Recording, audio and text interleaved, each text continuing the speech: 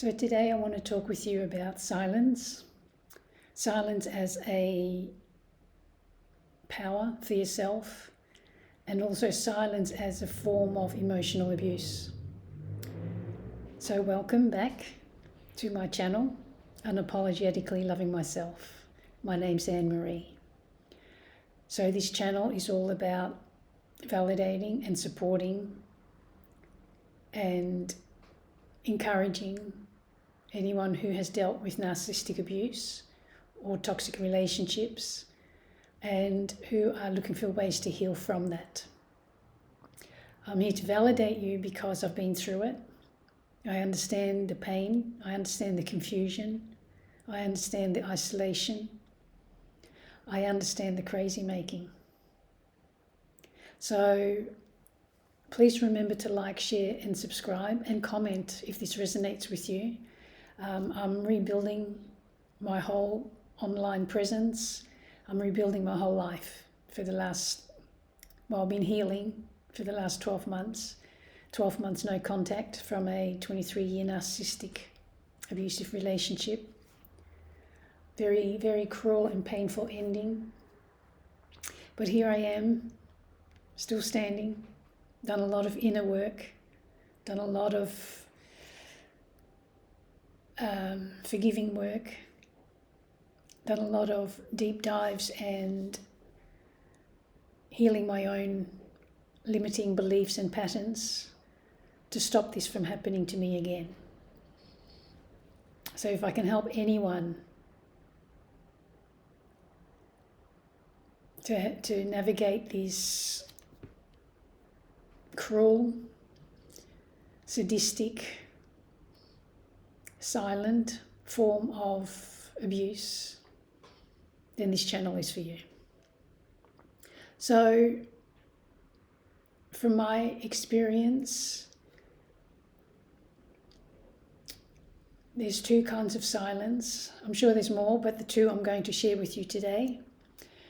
One is when people, including those very close to you, which is the most painful experience I've ever gone through, those who you thought were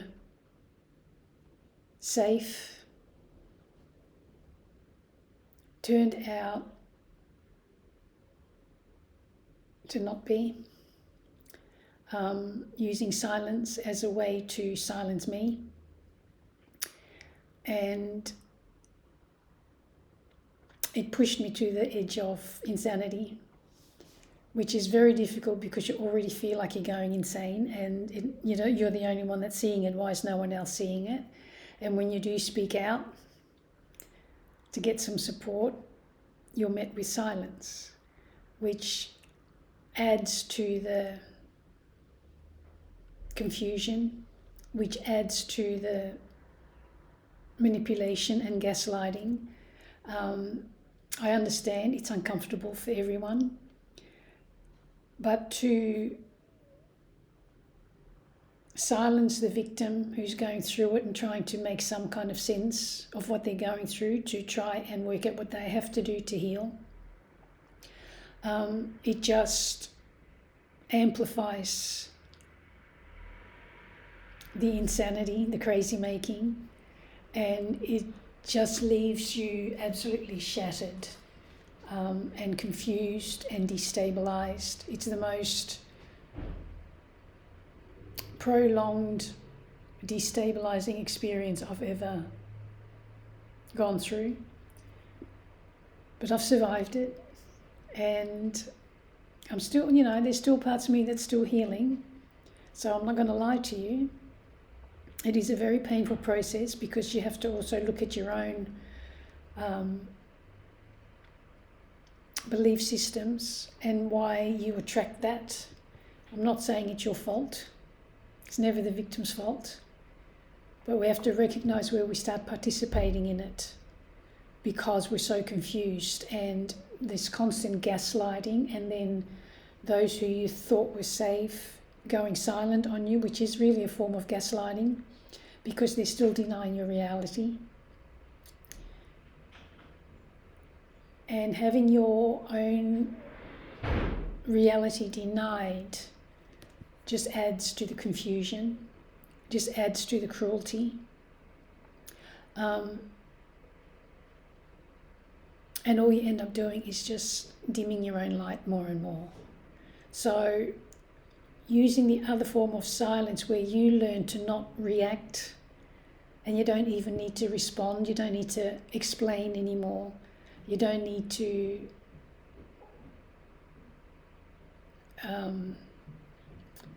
look for validation from those who clearly don't want to know about it, because that just adds to the shame that you're already feeling.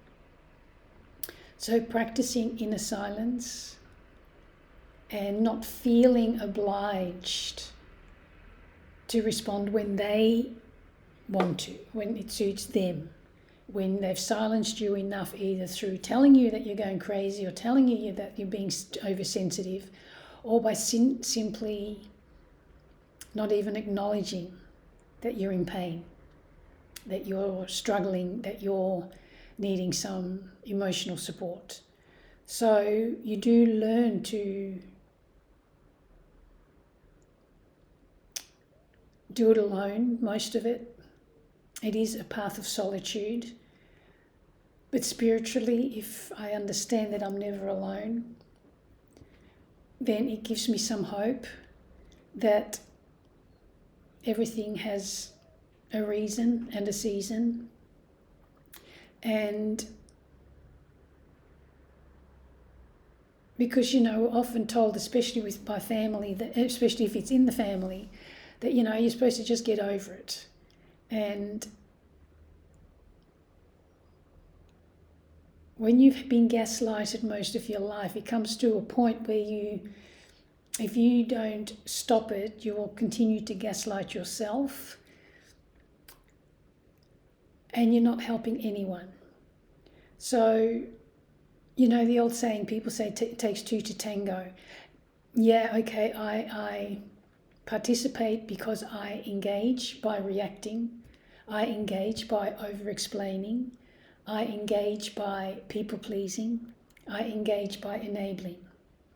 And so that's my participation. So when I stop doing that, that's me setting boundaries, that's me going silent.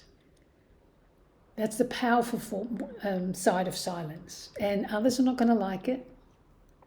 And they're going to gaslight you into submitting. They want you to go back to the old ways, because now they're being held accountable by your silence. I hope that makes sense.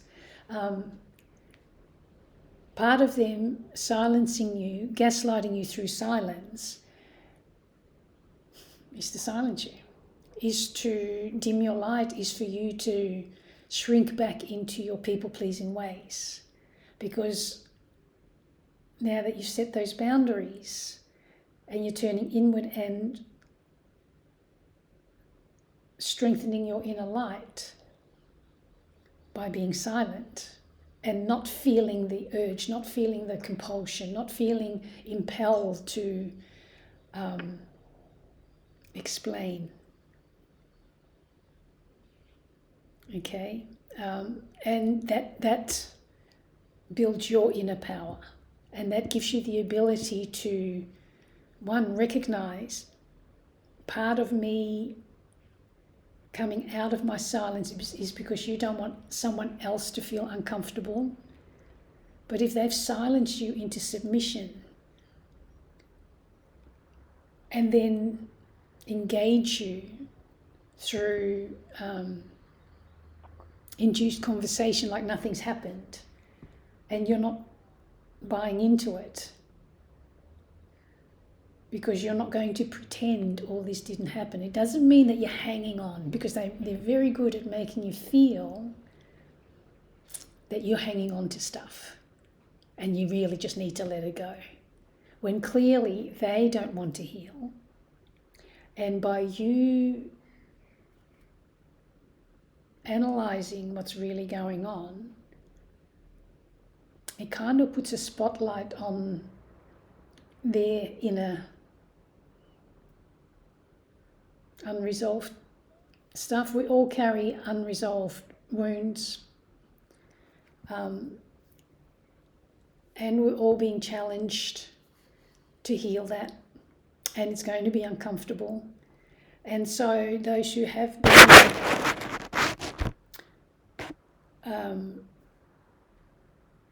exposed to narcissism in some form,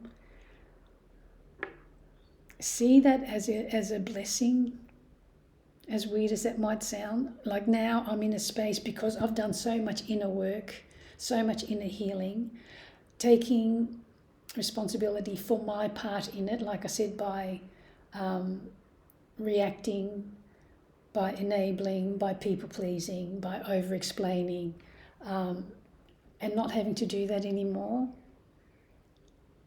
gives others the opportunity to heal their stuff as well, whether they want to or not. You can't control that. So stop trying to help them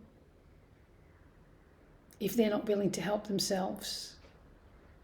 It's hard enough getting yourself out of the mud, and you certainly can't save anyone else if you're stuck in the mud.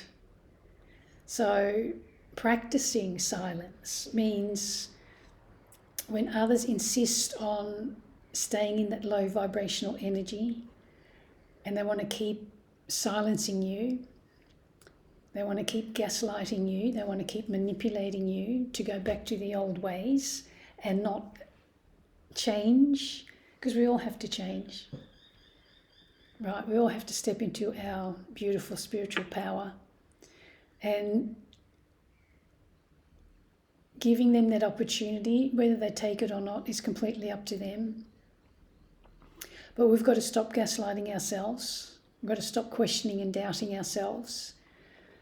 Once we understand what we've been enduring,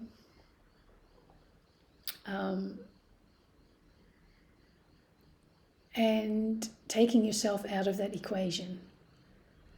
And that in itself will trigger a lot of guilt and a lot of fear and a lot of obligation within you. But that's where they want you to be, because that's when you will go back to your old ways of people pleasing. And if you don't practice that inner silence, when they go down into the mud, you're going to go down, you're going to go down with them. So practicing that inner silence allows you to keep going higher, to keep climbing higher. And the lower they go, the higher you go through your silence. And they're not going to like it, and they're going to press all your buttons, they're going to poke all your old wounds. But you've got to trust yourself, you've got to trust your intuition, you've got to trust the divine. That it's happening all this is happening for you. Don't think it's happening to you, because then you stay in that victim space. And if we start shifting few inner dialogue and see that this is all happening for my higher good, as painful as it is, then it gives me the opportunity to heal through silence by learning to, like I said earlier, to not have to respond. Because part of them triggering that, pushing that guilt button, when they know when to push that, they wait just long enough until you just come back up a little bit, and then they'll push that button and make you feel guilty, and then you feel like you have to, if they're inducing conversation like nothing's happened, you feel obliged to engage, and you don't have to. You don't have to. That's the beautiful part of it. You don't have to anymore. But it will trigger that old guilt, because you're used to making others feel comfortable. And if they want to stay in their own muddy comfort, let them. I know personally, I don't want to stay in the mud. I want to be the lotus and be on top of the mud. But I have to do the groundwork and make sure that my roots are deeply ingrained in the mud so I can stay above it. Okay, and that takes a lot of detachment. And detachment, true loving detachment, not just cutting myself off, but stepping back and observing, takes an enormous amount of silence. Silence in my heart, knowing I don't have to engage anymore. I don't have to enable this person anymore, no matter how silent or how angry they get. So they will use the silent treatment, whereas you use the power of silence. Okay? And if they want to learn from it, they can. If they don't, it's going to make the divide bigger, which is part of our downfall in the past when we've not wanted that gap to get too big. So no matter how much we wanted to keep climbing, we would end up falling back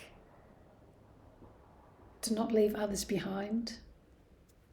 But we're in a part of the world cycle where we have to, as painful as that sounds, and tradition has it that, all family, especially family or friends, you can't leave them behind. But if they don't want to take themselves out of the mud, you can't save someone who doesn't want to be saved. And we have to respect them enough to let them go. And we have to respect ourselves enough to let them go. So detachment allows me to step back in silence, peaceful silence, not angry silence, not, the silent treatment as a manipulation. It's more as a detached observer, just stepping back to see what's really going on, what's really happening here, what's really happening here, what's really happening here.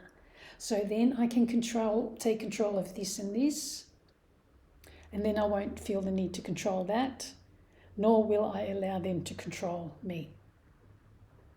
That's the true power of silence. And to practice that is not an easy thing when you've been a people pleaser, when you're always filled in the gaps for everyone else, and they've just watched you stumble and not care, especially when they've watched you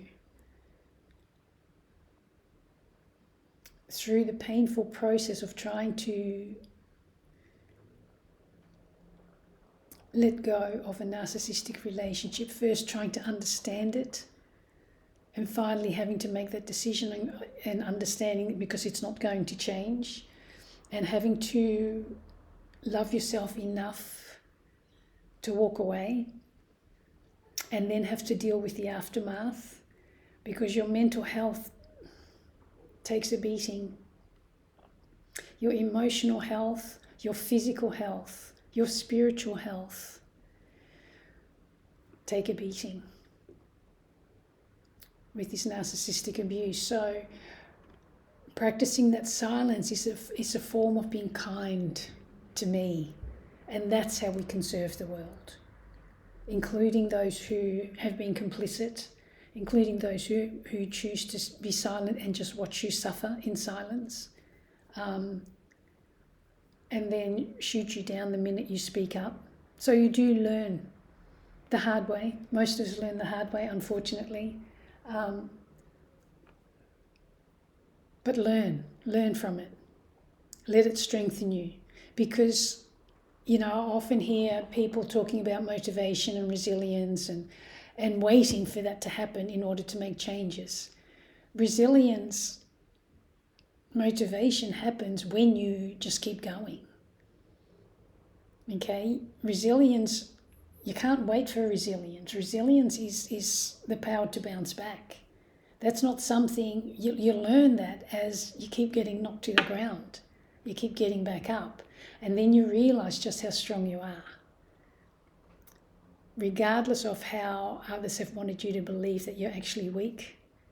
Because they're the ones that are staying in the mud. They're the ones that are silencing you through pretending, looking the other way, pretending it's not happening, and you're just crazy, you're just losing your mind.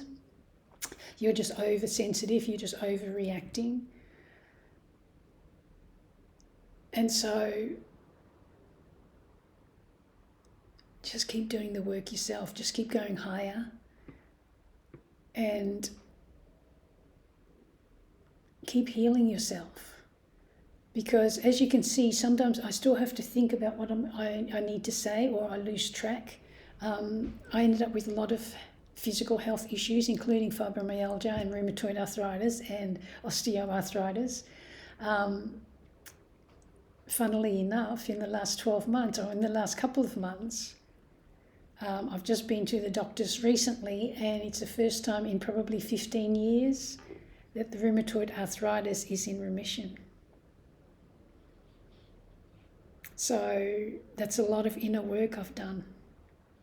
I never understood, even though I'm, a holistic health practitioner, and I understand the mind-body connection, I kept missing my own because I was so caught in that trap of trying to make this relationship work, and then having to deal with you're going through that and the breakup, and people comparing it to a regular breakup. No. And then telling you that you're needing to let it go, and that you're weak. They don't actually use the word weak, but they're saying to you that you're weak because why aren't you over it yet? And if only they knew how far I've actually come in less than 12 months. I lost everything. I have been having to start from scratch. I retired, and now I'm had to come out of retirement. And so hence I'm rebuilding everything, and now hoping that I can share this and help other women through this, or anyone, but particular women, because it is a real thing. Narcissistic abuse, especially when you're dealing with someone with vulnerable or covert narcissism, it's so insidious. It's such silent manipulation that most people don't even see because it's done behind closed doors. And it's a lot of the things that aren't said. But you pick up on that energy, and you keep silencing yourself. So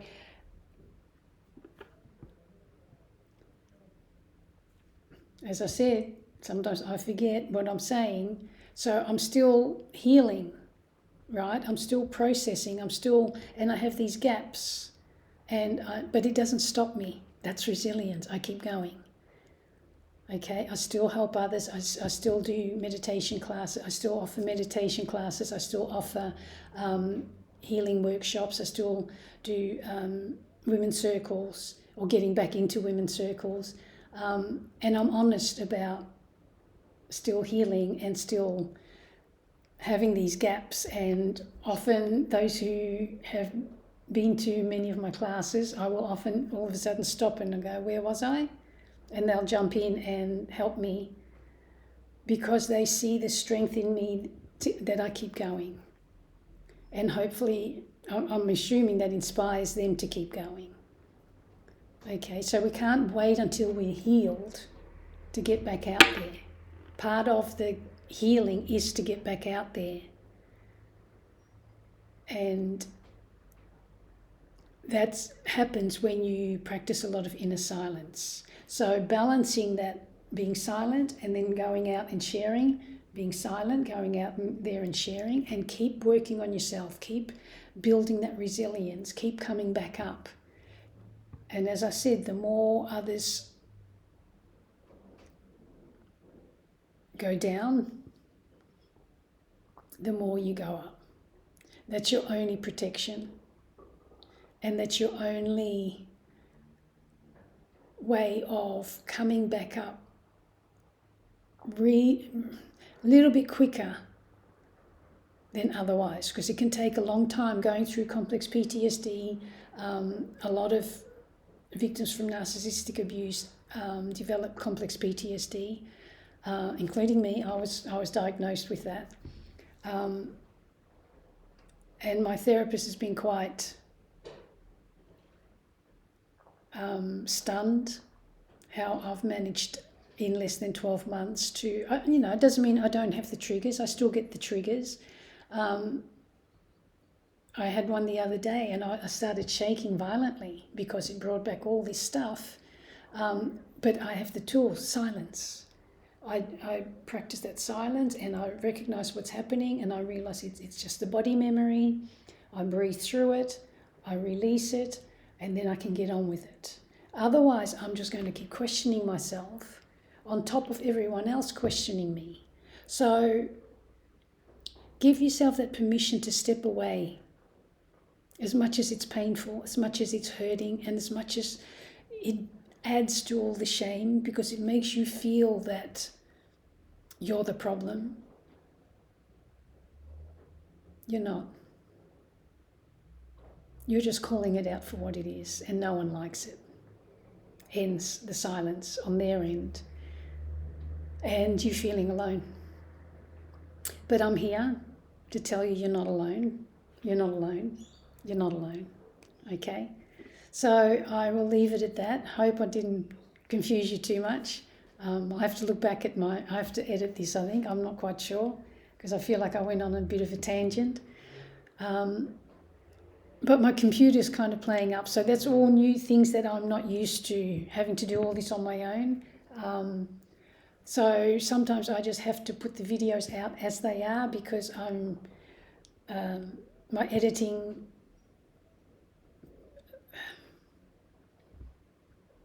process on my computer is not functioning too well, and I'm not in a position yet to get another computer, nor am I able to, nor do I have the mental capacity to try and understand how to transfer everything, and that's all a bit much. I really just want to help people, so I trust you'll be kind and recognize that I'm doing my best.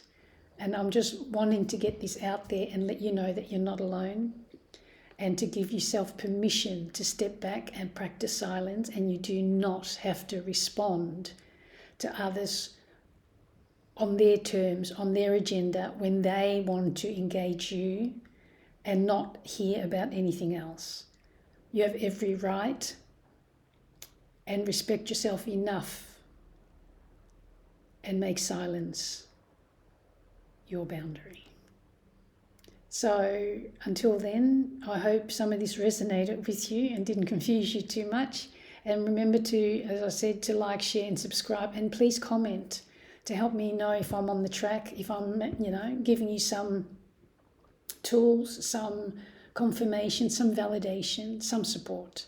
That would be really great, and it'll be a way to build the channel and to promote awareness, because the more we get this out there, and there's a lot of information out there now,